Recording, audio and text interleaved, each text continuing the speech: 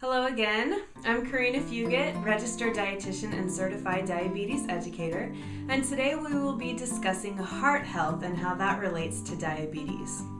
Now, why does everybody who has diabetes also need to eat a heart-healthy diet? Well, 2 out of 3 people with diabetes will die of heart disease rather than diabetes, whether it be a heart attack, stroke, or blood vessel disease. Diabetes can take a toll on your heart and blood vessels if your blood sugars are not well managed. So naturally, the diabetic diet is also a low-fat diet. We discussed label reading briefly in video 1, but we'll get more into that in this video. Here are some general guidelines for how much fat, cholesterol, sodium, and fiber you should eat every single day. Let's start off with fat. Now, fat is an essential part of your diet, but it's really important to try to make sure that most of the fats you eat come from plant sources rather than animal sources. You'll also want to limit your fat to no more than about 30% of your total calories. So with an 1800 calorie diet, that's about 60 grams of fat per day or about 20 grams per meal. And if it's solid at room temperature, that indicates that it's a saturated fat. Saturated fats actually signal your liver to produce more cholesterol, which builds up in your arteries and can create a plaque or a blood clot. For an 1800 calorie diet, we recommend no more than about 18 grams of saturated fat per day. Trans fat is the worst kind of fat because it not only raises your LDL or bad cholesterol, but can also lower your HDL or good cholesterol. Because of this, we recommend eating 0 grams of trans fat per day. Healthy fats include monounsaturated, polyunsaturated, and omega-3 fatty acids. Monounsaturated fats are known to reduce your LDL cholesterol while possibly raising your HDL cholesterol. They can be found in red meat, whole milk, nuts, olives, avocados, and olive oil, sunflower oil, canola oil, cashews, grapeseed oil, peanut oil, sesame oil, corn oil, popcorn, whole grain wheat, cereal, and oatmeal. Polyunsaturated fats reduce your risk of heart disease. They are found mainly in nuts, seeds, fish, algae, leafy greens, and krill.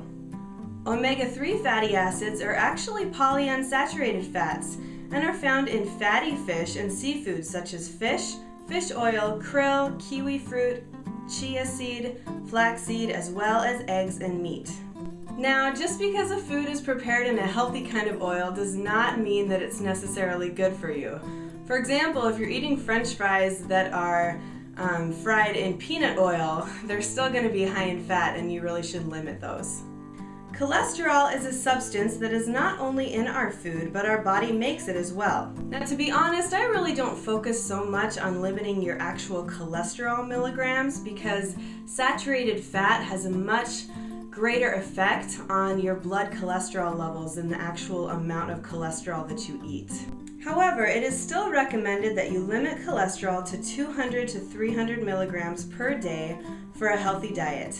A 3-ounce portion of chicken breast or very lean beef both contain about 80 milligrams of cholesterol, which is why it is recommended that you eat no more than 5 to 7 ounces of meat per day. Sodium is also important to watch when you have diabetes. Sodium can both raise blood pressure and cause damage to your kidneys over time. Salt is the main source of sodium and is found in most of your processed foods or foods that come in a box or a can. We recommend limiting sodium to about 2,000 to 2,400 milligrams per day to start off. This equates out to about 700 to 800 milligrams per meal. So when you're looking at a food label, you actually want to look at the amount of sodium and compare that in relation to how much sodium you're eating throughout the rest of your meal.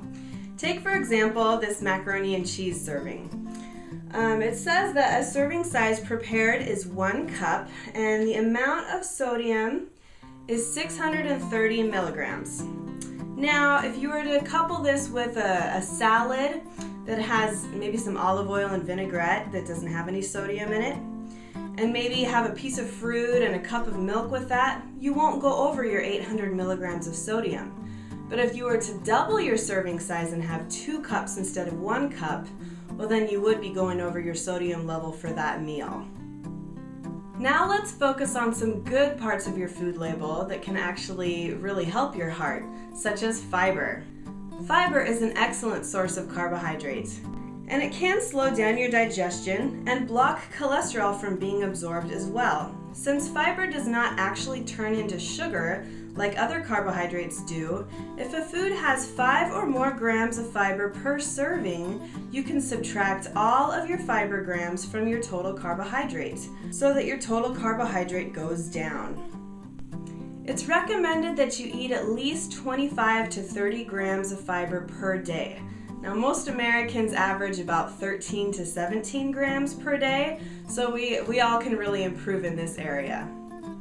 So how do we incorporate all of what we've talked about into a manageable meal plan? Well, just try to eat a diet that is high in fiber and low in fat and sodium, and you'll be just fine. A daily meal plan for a heart-healthy diabetic diet includes 4 to 6 servings of grains, mostly whole grains, 3 to 5 servings of vegetables, 2 to 4 servings of fruit, 2 to 4 servings of milk or yogurt, and 5 to 7 ounces of meat and meat substitutes. Whew! We sure covered a lot in this video on heart health and diabetes. Just so you know, these recommendations are not just specific for people with diabetes, but for anybody who is at risk for heart disease.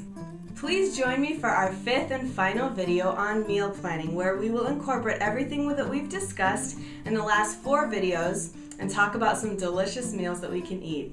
Have a great day, and we'll see you then.